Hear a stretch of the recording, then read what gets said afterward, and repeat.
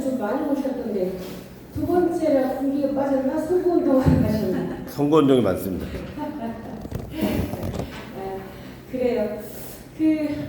아까 단체 소개하자 그랬는데 뭐 식구도 적은데 식구 많을 때 하도록 하고 바로 강의에 들어가도록 하겠습니다.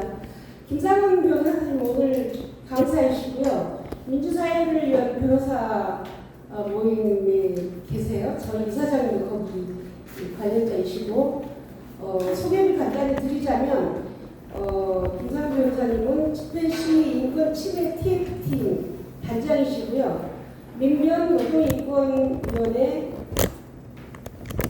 민변노동위원회 부위원장님이시고요. 현대자동차 구사대 일수기업 통역사건 진상조사단 단장님을 하셨다고 합니다. 또 본인께서 직접 더 구체적으로 실질적인 말씀을 해주실 거니까 큰 박수로 환영을 하도록 하겠습니다.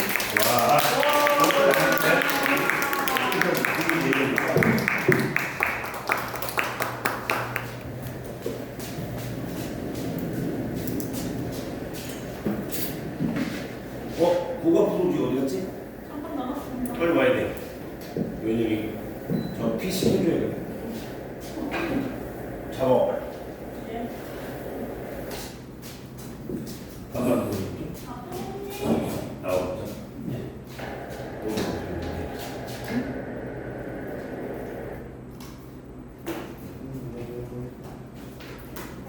반갑습니다. 김상훈입니다. 식사를 하셨는지 모르겠습니다. 시간이 7시니까요. 예. 네, 여기까지.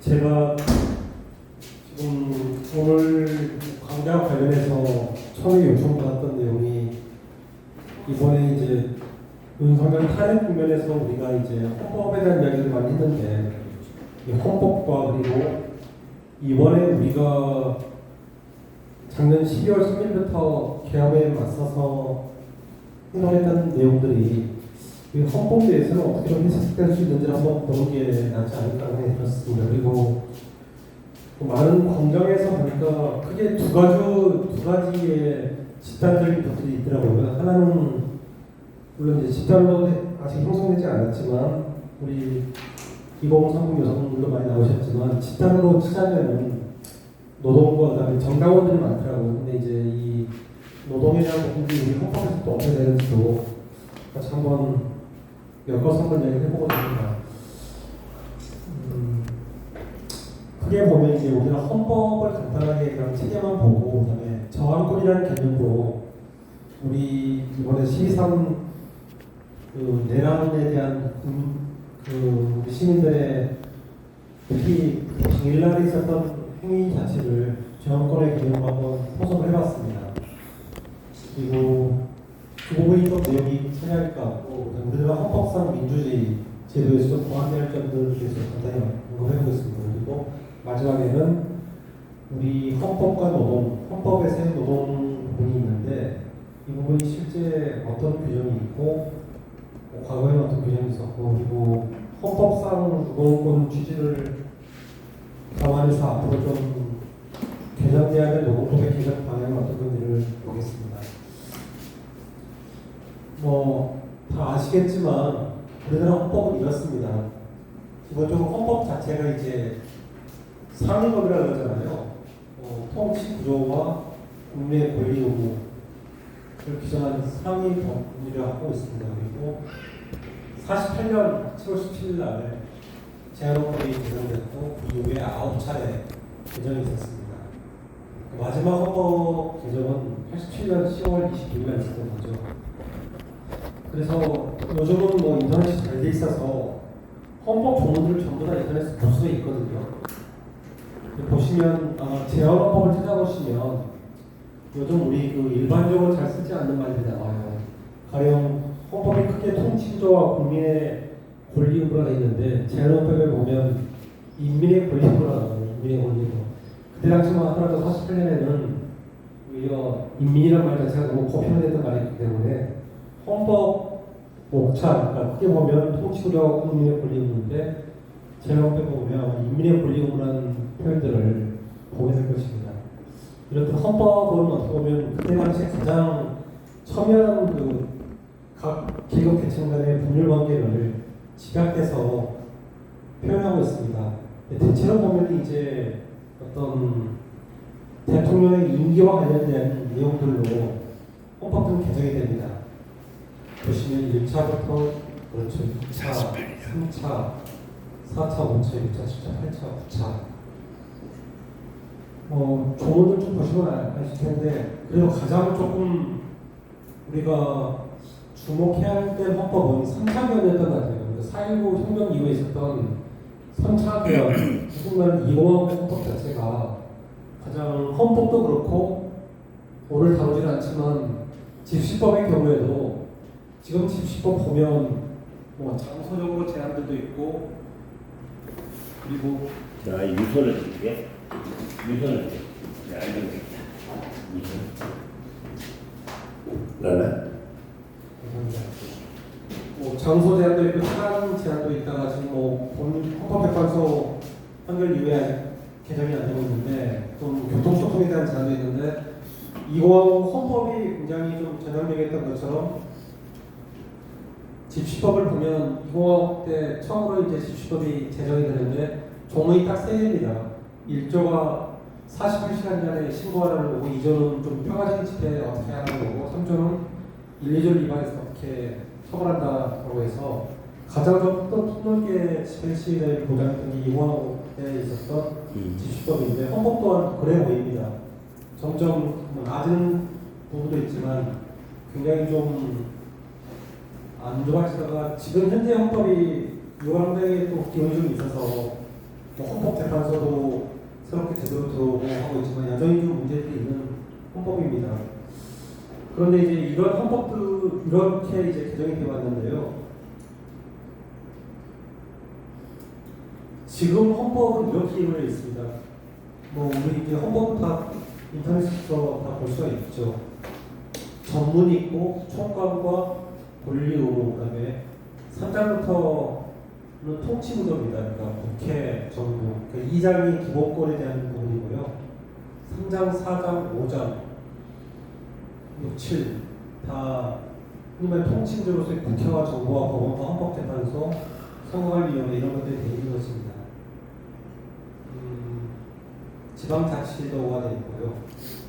유보헌법에서는 이제 헌법재판소, 지방자치제 이런 부분들이 좀 더 보완이 있다고 보시면 되고, 그리고 이렇게 있는데 지금 다양하게 이제 헌법 개정 논의도 있지만은 이 전문을 보시면 하나 눈에 띄는 게 이 불의의 한간 4.19 민주 이념을 개정하고 부분이 들어가 있습니다. 이 부분이 지난 10차, 9차 개정 때 새롭게 들어간 부분입니다. 이게 이제 제가 바로 다음에 이야기할 저항권과 좀 관련이 있어요. 그전에는 없었습니다. 그전에는 없었기 때문에 뒤에 보시겠지만 김재규 사건이나 이런 사건들에서는 법원의 명시적인 규정이 없다는 이유로 저항권 개정 자체를 다 부정을 하거든요. 근데 이제 유공화국 헌법 9차 개정 과정에서 저 불의의 한간 4.19 민주이념을 개선하고는 표현을 넣으면서 우리가 다른 나라 헌법과는 다르게 명시적으로 저항권을 인정하지 않지만 저항권 개정 자체를 도입했다라고 개정 과정을 보면서 그렇게 이야기를 하게 됩니다. 바로 넘어가서 저항권 부분을 한번 봐보겠습니다. 다 보셨겠지만 이번에 12월 3일날 선포됐던 계엄사령부의 포고령입니다. 보시면 직접 다 들으셨을 거예요. 우리 포고령은 아마 나중에 나왔지만 이 내용들이 보면 헌법상에 있어서의 통치구조에 나와 있는 국회하고 지방의회 그리고 정당, 그다음에 정치적 결사, 집회시 일체 정치 활동을 금지한다. 그러니까 헌법 기관들의 활동과 그리고 집회 시 정책 결사에 대한 기본권 자체를 금지하고 있고, 두 번째 내용도 같습니다. 자유민주주의를 금지하고 있고, 언론 출판도 개헌 선택을 받고, 사항은 이제 노동자들의 노동상권에서 단체 행동권 요걸 많이 금지를 하고 있습니다. 5학은 되게 특이한 부분인데 기존에 유식 때 없었던 거 이제 이번에 들어온 겁니다. 전공의 부분을 이제 하는 거고 6항.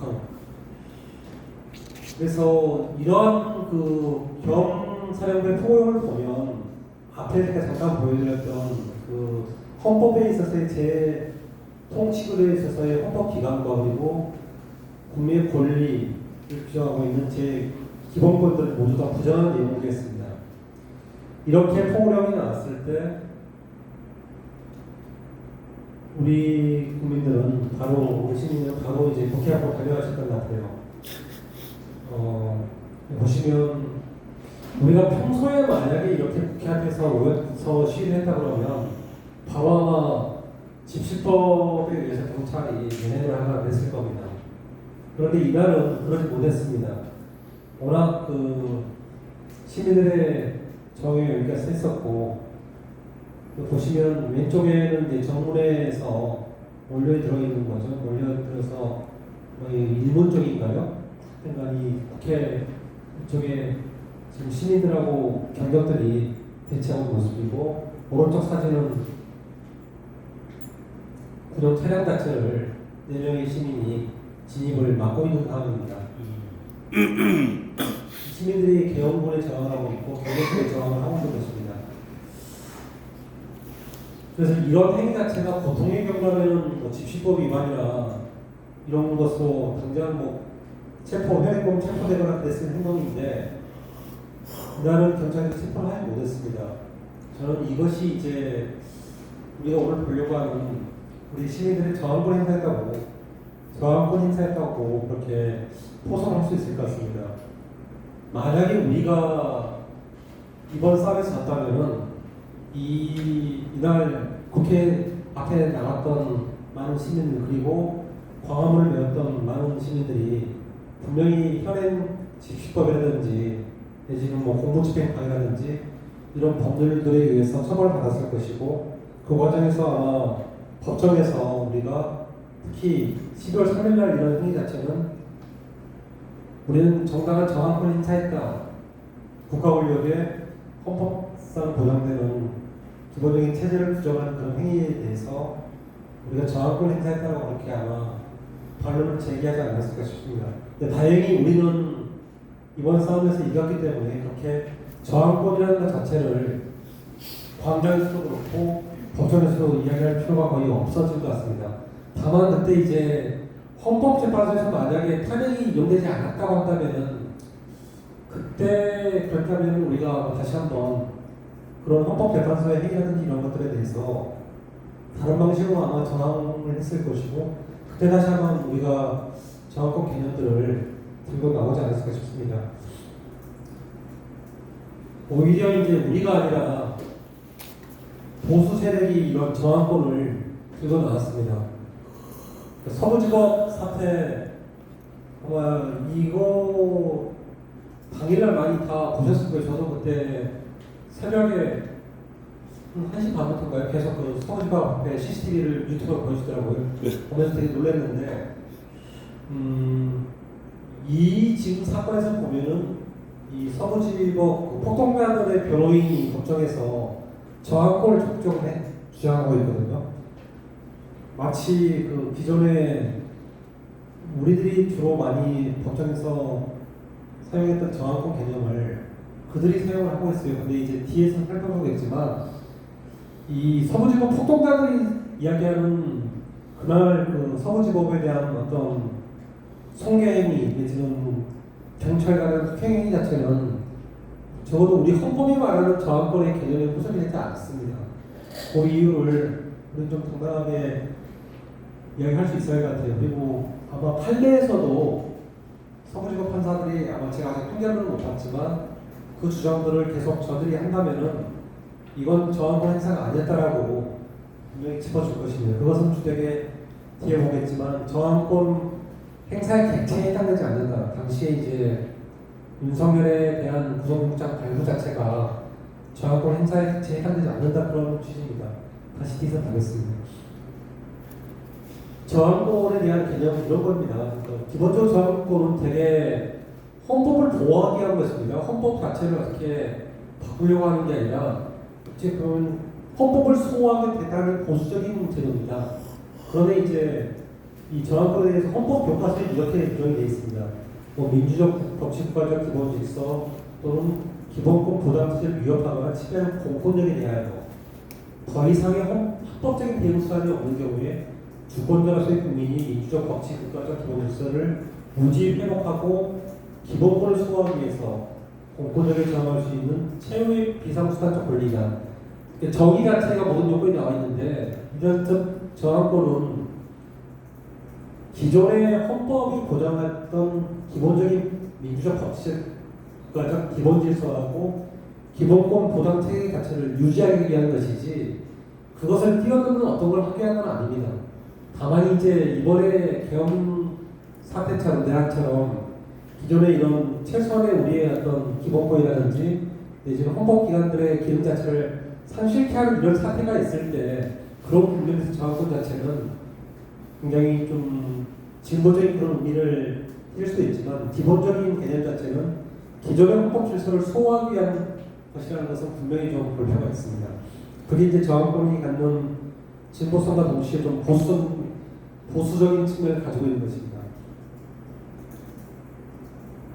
다른 나라에는 저항권 자체가 헌법 내지는 뭐 기존의 무슨 선언 이런 형태로 보장이 되어 있습니다. 미국의 독립선언에 되어 있는 거죠.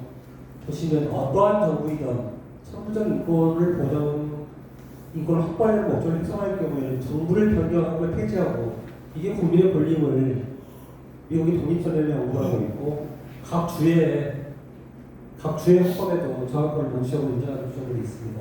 프랑스도 그렇습니다.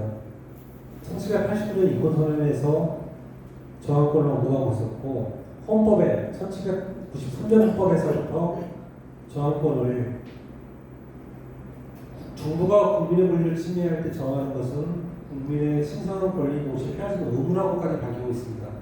이게 현재 헌법에까지도 계속 개성이 되고 있습니다. 독일도 마찬가지입니다. 독일의 이제 헌법은 기본법이라고 보통 부르는데요. 독일 기본법에서도 모든 독일인이 이러한 민주적 사회적 연방국가 질서를 폐지하려고 하는 자에 대해서 다른 구제수에 불과할 때 저항의 권리라고 해서 저항을 인정하고 있습니다. 근데 우리나라는 현재 육공화국 헌법에도 저항권에 대한 명문의 규정이 없습니다. 다만 앞에 보였던 그 전문에서 불이한과 사회고 민주이념이라고 되어 있는 이 부분이 들어간 것은 당시에 육공화국 헌법을 만드는 과정에서 보면 이제 여야 실무 간사들이 협상을 하거든요. 실무팀을 플랫하는데 그 과정에서 이 저항권을 명시할지 여부에 대해서 좀 논쟁이 있었다고 합니다. 그래서 결국 명시는 하지 않되 다만 정부에서 저와 같은 방식으로 불이한과 사회민주주의 개선 이 문구를 넣음으로써 저항권을 대신하기로 합의했다라고 하는 게 개정 과정에서 이야기이기 때문에 이제 이렇다면 이제 이 이후에는 법원의 판사들이 법원 또는 헌법재판소에서 저항권의 개념을 기존과 같이 명문의 규정이 없다는 이유로 부정할 수는 없는 조건들이 만들어진 것입니다. 그런데 이제 학자들은 이런 정부 규정이 없다 하더라도 우리 헌법에서 37조 1항에서 어떤 기본권이라는 것이 헌법에 열거되어 있지 않다는 이유로 경시되지 아니한다는 조항이 있습니다. 그리고 또 자연법상의 권리 저항권을 인정했다는 그런 계획도 있습니다. 크게 보면 이런 헌법의 전문과 37조 1항과 자연법상 권리로서 저항권을 인정할 수 있을 것 같습니다.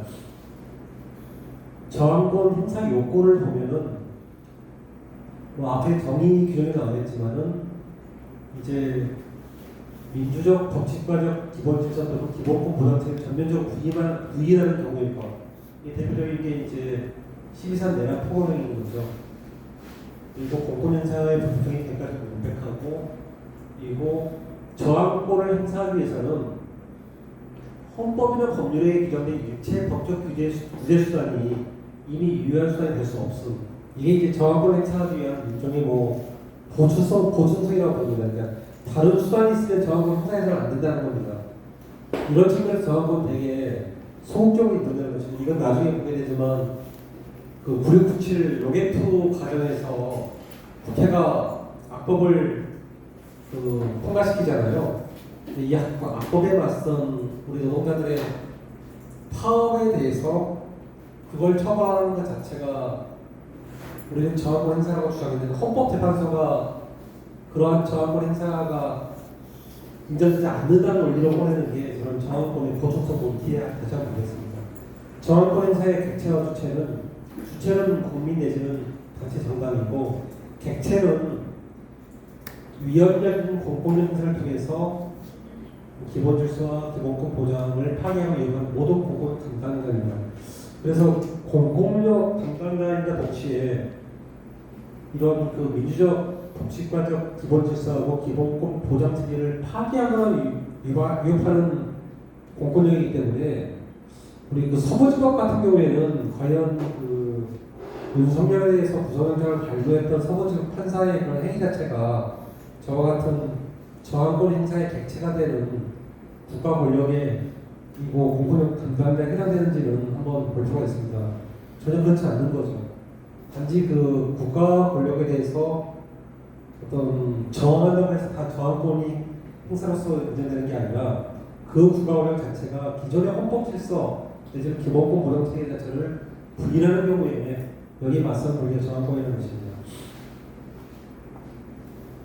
아마 이후에 서부지법 판례를 보면 정확히 아마 그 폭동자인 그 피고인들의 저항권 판결에 대해서 그 법원 판사들이 부인하는 논거로서 뭔가 할 것으로 예상됩니다. 목적 자체는 기본적으로 현재 헌법 체제이고 법치과 기본 질서, 기본권을 유지 소화하는 것입니다. 이것과 이제 비교되는 게 혁명권인 것이죠. 기존의 헌법 질서를 폭력적 수단, 꼭 폭력적 수단이 아니더라도 기존의 헌법 질서를 파괴하고 새로운 헌법 질서를 수립을 목적으로 하는 게 혁명권인데 이 혁명권과 다르게 저항권은 그렇지 않다는 겁니다. 이 부분은 그 독일 공산당 위원 판결입니까? 독일 그 서독의 연방 재판소가 그 독일 공산당에 대한 위헌 판결을 하는 과정에서 저항권의 개념 자체를 좀 요건들을 명확히 하는데 거기서도 보면 명확히 독일 공산당의 활동 자체는 저기서 말하는 것처럼 기존의 서독의 헌법 체제 그다음에 법치적 구조 질서를 유지하는 소화하는 것이 아니라는 이유로 저항권의 개념이 해당되지 않는다라고 판단했는데요. 이 저항권의 목적은 그래서 기본적으로 기존의 헌법 질서를 유지 소화하는 것이라는 것입니다. 방법에 대해서는 교과서에서는 그렇게 나옵니다. 그러니까 평화적 방법을 1차로 사용해야 되는데 이 평화적 방법에 대해서 더 이상 그 공권력 행사의 위헌적인 불법을 시행할 수 없다고 할 때는 모든 수령을 행사할 수 있다고 고시 공부하는 사람들이 가장 많이 보는 그 권영동 교수의 헌법과 관련된 노래는 그렇게 나옵니다. 그러니까 저항권 행사로서의 폭력 행사도 상황에 따라서는 가능하다고 나옵니다. 그래서 꼭 비폭력이어야 된다. 저항권 행사 그렇게 보고 있지는 않습니다. 판례를 보시면 긴급조치 사건은 75년에 대법원 판례가 있었는데요. 이 사건에서는 이제 피고인 측에서 유신헌법 35조 자체가 35조에 근거한 긴급조치가 국민의 천부적인 인권을 침해하는 것으로 위헌 조치를 할 수 없으므로 이 긴급조치들에 위반한 행위는 저항권 행사로서 이것을 조합했다. 이런 판단을 하게 됩니다.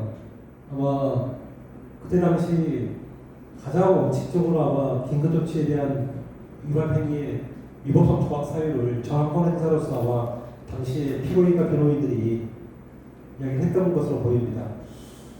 근데 여기에 대해서 대법원은 뭐라고 하냐면은 그 저항권이라는 개념 자체가 막연하고 실존하는 헌법적 질서를 무시하고 법규적인 권리 개념으로서 현행 십자법이 위배되는 행위를 정당화하는 것은 좀 받아들일 수 없다. 그러니까 저항권 개념 자체가 막연하다. 이때 당시에는 이제 유공화 헌법처럼 뭐4.19 기념해서 4.19 이후였지만 그런 것 자체가 전문의도 어디도 없었거든요. 그래서 당시에는 이 저항권이 위법적 조각 사유가 된다는 그 피고지 주장을 시각하게 됩니다. 저항권의 개념 자체를 권리로서 인정하지 않았던 것입니다. 박정희 살해 사건 80년에도 마찬가지입니다. 이 박정희 살해 사건에 대해서도 당시 이제 변호인들은 박정희를 살해했던 것 자체는 저항권 행사다. 그가 이제 그때 당시에 국민의 기본적인 권리와 그리고 우리 헌법 질서를 위반하는 행위를 했기 때문에 그에 대한 살해마저도 저항권 행사라고 주장을 했는데 여기에 대해서 저항권이 실질적인 근거가 없다.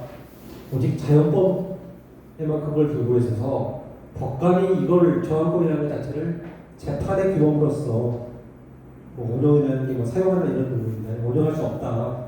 이렇게 하면서 부인했습니다. 다만 이제 소수경 같은 경우에 이 당시에도 지금 그 제가 앞서 말했던 인권과 민주적 기본 질서를 오한 채무 수단으로서 수사하고는 명문화되어 있지 않더라도 일종의 자연법적 권리로서 인정 타당하다. 그래서 이 저항권이 재판 규범으로 기능해야 되고 김정일의 그런 그 살해 행위 자체를 저항권 행사로서 위법성이 조각됐다는 그런 소수 의견을 내는 당시에 대법원 판사들도 있었습니다. 굉장히 어려움을 겪겠죠, 이 부분이. 97년입니다. 이 판례를 한번 볼 필요가 있어요. 이게 이제 그 97년이면 다 아시겠지만 9697 로켓 투쟁이 있었고 그때 이제 보면은 노동자들은 뭐 경험을 했던 분도 계시겠지만 국회에서 그때 노동법들이 이제 제정되잖아요. 기존에 뭐 노동법들이 통합되면서 제정되고 완기법이 통과되니까 그것에 항거하면서 이제 노동자들이 자기 사업장에서 파업을 하게 되거든요. 이게 이제 뭐 업무방해죄니 당시 관계법에 의해서 기소가 되니까 그 과정에서 이제 그때 당시 피고인 노동자 간부들과 변호인들은 그런 행위 자체가 이 저항권에 해당된다고 주장을 했는데 우리 헌재는 그걸 인정하지 않았습니다.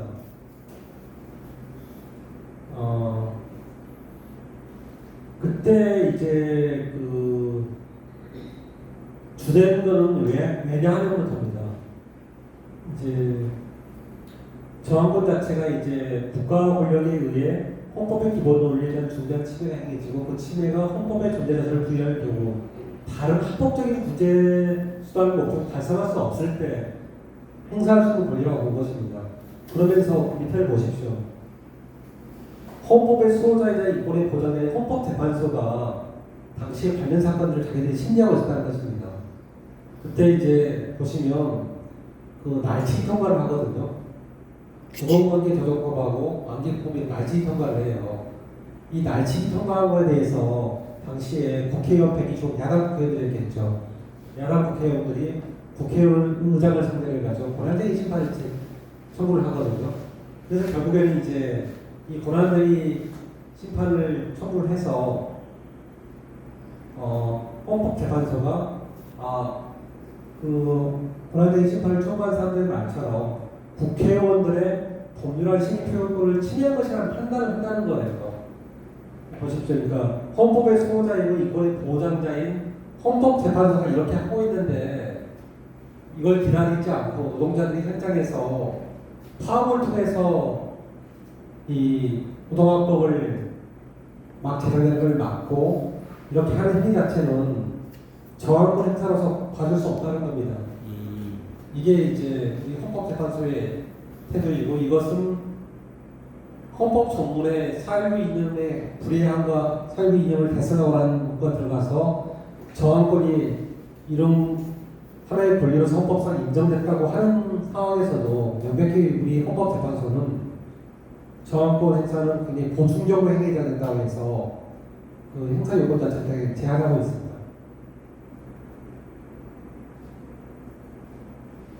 근데 돌이켜 보면은 이게 이렇게 그 97년 7월 16일 날 헌재가 이렇게 권한쟁의 심판 이용을 하잖아요. 근데 노동자들의 파업은 96년 말에 12월 말이잖아요. 거의 꼭 보면 그 성탄에서 연말 사이에 날치기 많이 하잖아요. 근데 이때 직후에 이렇게 저항하고 나오거든요. 근데 이거를 이제 한 7개월 후까지 기다리지 않고 파업했던 게 자체가 문제라는 그런 현실이었는데 이건 한번 대단히 좀 비판적으로 볼 필요가 있는 것 같습니다. 여기까지가 이제 저항권에 관한 판례입니다. 이 저항권 부분을 한번 정리를 해보면요. 제가 볼 때는 이번 탄핵 국면에서 우리 시민들의 12월 3일 날 있었던 행위 자체는 적어도 12월 3일 날 있었던 행위 자체는 우리 헌법상 저항권으로서도 충분히 포섭할 수 있고 전혀 위법성이 없는 그러니까 저항권에서 정당한 행위였다고 볼 수 있습니다. 왜냐하면 그때 12월 3일 날 군인들이 국회를 들어가고 있었고 에워싸고 있었고 만약에 국회가 그때 당시 개헌 해제를 요구하지 않았다면 굉장히 많은 우리가 생각할 수 없을 정도의 그 이후에 그걸 국회 개헌 해제가 없는 상태에서 개헌이 정당한 상태에서 이 개헌의 불법성과 개헌을 해제하기 위해서 개헌에 맞서 싸우는 것 자체가 굉장히 쉽지 않았을 텐데 당시 그 10시, 11시 이후에 그 시민들의 국회에서의 저항행위 자체는 굉장히 보기에 보수적인 이런 저항권의 요건에 비춰보더라도 그 목적과 대상과 그리고 수단의 채우성, 예비성에 비춰보더라도 정당한 저항권 행사했으리라고 봅니다. 이 부분에 대해서는 아무런 이견이 없을 거고 오히려 서부지법 남동장이 말하는 그 저항권이라는 것 자체는 이런 그 헌법 교과서가 나오고 보여주고 있는 저항권의 개념에 비춰보더라도 전혀 저항권 행사에는 해당되지 않는다는 것입니다.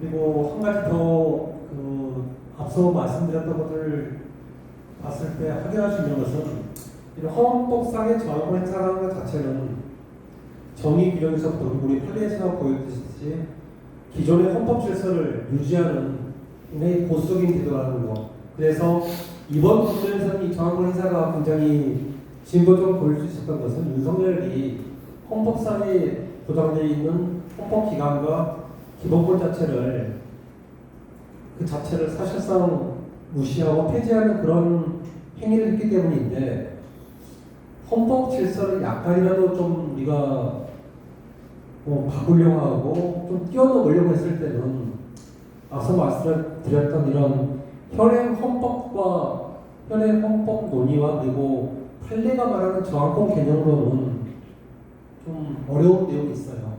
그것은 이 판례도 드러나지만 제가 조금 말씀드렸던 독일 공산당 해산 통결 거기에서 독일 서독 변방재판소가 말했던 내용에서처럼 기존의 헌법 질서를 뛰어넘는 방식의 활동 자체가 저항권에 의해서는 보장되지 않기 때문에 그때는 우리가 저항권이 아닌 다른 방식으로 개념들을 구성하고 헌법 자체를 뭔가 다른 방식으로 해석해야 되는 그런 고민이 필요할 것 같습니다. 그렇지만 이번 하여튼간 윤석열 내란에 맞서 싸우는 관련해서는 저항권이라는 개념과 이런 부분들은 유연적절했다는 것으로 보여집니다. 저항권에 대해서 간단히 좀 살펴봤고요. 그 다음에 저항권은 그 영어로는 저항할 수 있는 권리거든요. 근데 그 저항할 수 있는 권리라는 게 기존 헌법을 소화한다는 관점이 된다는 것입니다. 그 다음에 몇 가지 이제 고민 내용을 더 넣어봤는데 헌법상 민주주의 제도로서의 보완돼야 할 점이라고 제가 한번 문구를 만들어봤어요. 그러니까 물론 민주주의 제도가 그러면은 이제 보통 기본권을 많이 생각할 수 있지만 저는 민주주의가 기본적으로 우리 헌법 1조에 나와 있는 것처럼 국민에게 주권이 있기 때문에 우리가 국민의 대표자를 선출하고 그리고 그 국민의 대표자가 국민의 신임을 잃었을 때는 소환할 수 있는 끌어내릴 수 있는 권리가 보장돼야 된다고 보는데 우리 지금 헌법은 그렇지가 않습니다. 크게 보면은 우리 헌법에서 선출과 관련된 국민에 의해서 선출될 수 있는 자들은 크게 두 가지 정도가 있죠. 대통령과 국회의원이 있습니다. 그렇지만 우리 헌법에는 대통령에 대한 소환권도 없고 국회의원에 대한 소환권도 없습니다. 다만 이제 대통령을 뽑으면 5년간 임기가 보장되고 그 대통령이 이제 헌법과 법률에 대한 중대한 위반이 있는 경우에는 국회가 제정의 선분의 이익으로 탄핵 선출을 의결해서 헌법재판소가 탄핵 심판을 통해서 6명의 찬성으로 의결되는 경우에 그 임기가 중단될 수 있는 그런 절차만을 예정하고 있지 다른 방식으로 국민에 의해서 소환되는 권리가 없습니다. 국회의원 또한 마찬가지입니다.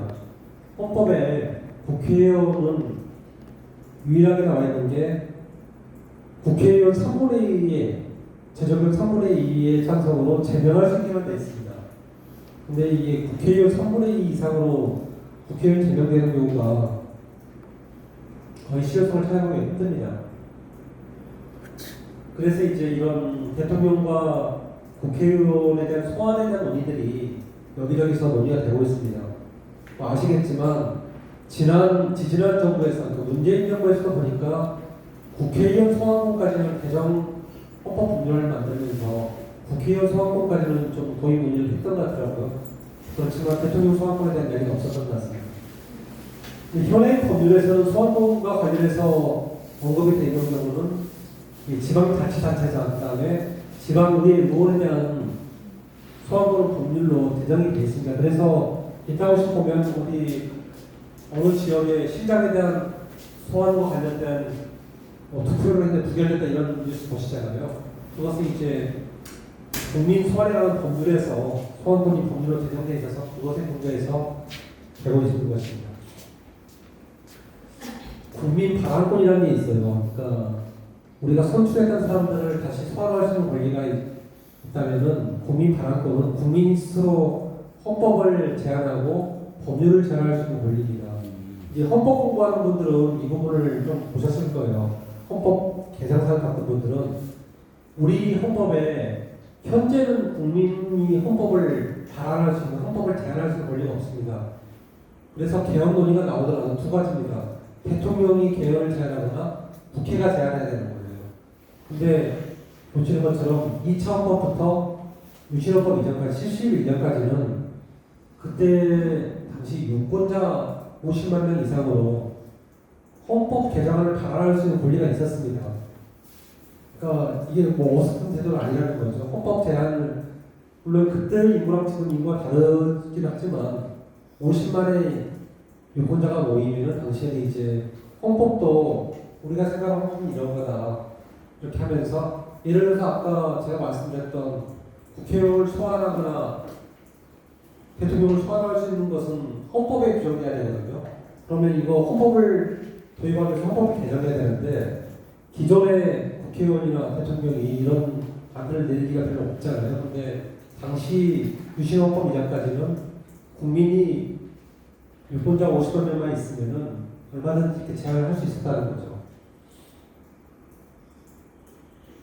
그런데 유신헌법에 삭제를 했고 지금은 없습니다. 그래서 이 현행 헌법에도 이 헌법을 국민이 발언할 수 있는 권리가 있어야 된다라고 하는 그런 논의들이 있습니다. 법률 국민 발언권 이것 또한 헌법에 없습니다. 그래서 법률 또한 법률도 그렇잖아요. 국회의원이 발의하거나 또는 정부 입법으로 정부가 뭐 제안 이런 식이잖아요. 근데 이것도 국민이 그 법률을 발언할 수 있는 권리가 있어야 된다. 이게 이제 헌법에 도입에 대한 논의가 있습니다. 모르겠습니다. 이게 이제 새로운 정부가 들어서면 헌법 개정 논의가 있겠지만 그런 과정에서 그 민주주의적 제도를 좀 보완할 수 있는 소환권과 발언권에 대한 문제들 이런 것들이 좀 더 많이 도입되는 게 그나마 현행 헌법 체계 내에서 우리 그 시민들의 민주주의적 권리를 더 보장할 수 있는 내용이 아닌가 싶습니다. 여기에 이후에 헌법 개헌 논의가 될 때 한번 봐보십시오. 어떤 정치 세력이 어떻게 헌법 개정 논의를 이끌어가는지 보시면은 잘 알 수 있을 것 같습니다. 지금 제가 이 부분 그 내용을 정리해서 검토했던 내용들은 그 지난 정부 문재인 정부가 냈던 개헌안하고 그다음에 정의당, 노동당 이런 당들에서 이 국민 소원과 바람과 관련해서 했던 부분도 좀 간단히 검토해봤는데 조금씩 차이는 있어요. 아까 말씀드린 것처럼 대통령 소환권은 문재인 정부의 개헌안은 없었어요. 근데 지금 진보 정당이 제안하는 그 개헌안에는 대통령 소환권도 포함되어 있는 것 같고 조금씩 차이는 있습니다. 강조한 점이 다르고 그런데 다른 나라 입법제들은 다 있어요. 우리가 전혀 없는 제도를 하려는 게 아니라 다른 나라에서는 소환권 이런 게 있는 나라들이 있습니다. 그 다음에 대법관 선거권도 한번 봐봤는데요. 이거는 뭐 요즘 뭐 대법관 내지는 대법원 문제들이 많이 나오는데 우리 헌법에서는 이고하고 헌법에서 대법관 선출제도가 있었습니다. 근데 이게 뭐 국민이 선출했다는 건 아니에요. 그 헌법에 보면은 법관으로 구성된 선거인이니까 법관들 지금 말하면 그 무슨 법관 대표회의 그런 거 있지 않습니까? 법관들로 구성된 선거인단들이 자기를 뽑는다는 거예요. 어떻게 보면 이렇게 뭐 흔히 말하면 민주적 정당성이 인정되는 국민들이 뽑아서 이런 건 안 했던 거예요. 그러니까 지도를 정확히 보면은 대법관에 대해서는 지금은 그렇게 하잖아요. 대법관 어떻게 뽑습니까? 그 대법관 추천위원회에서 추천하고 나서 그 대법원장이 제청해가지고 국회 동의받아가지고 대통령이 임명하잖아요. 이용하고 헌법에서는 어쨌든 그 지금과 조금 다르긴 한데 헌법 법관으로 구성된 선거인단에 의한 선출제도가 있었다는 거. 그래서 이것도 대법원의 민주적 정당성이 좀 문제가 되고 있는 상황에서 대법관 선출제도에 대한 논의도 좀 있습니다. 이후에 좀 더 보시면 될 것 같고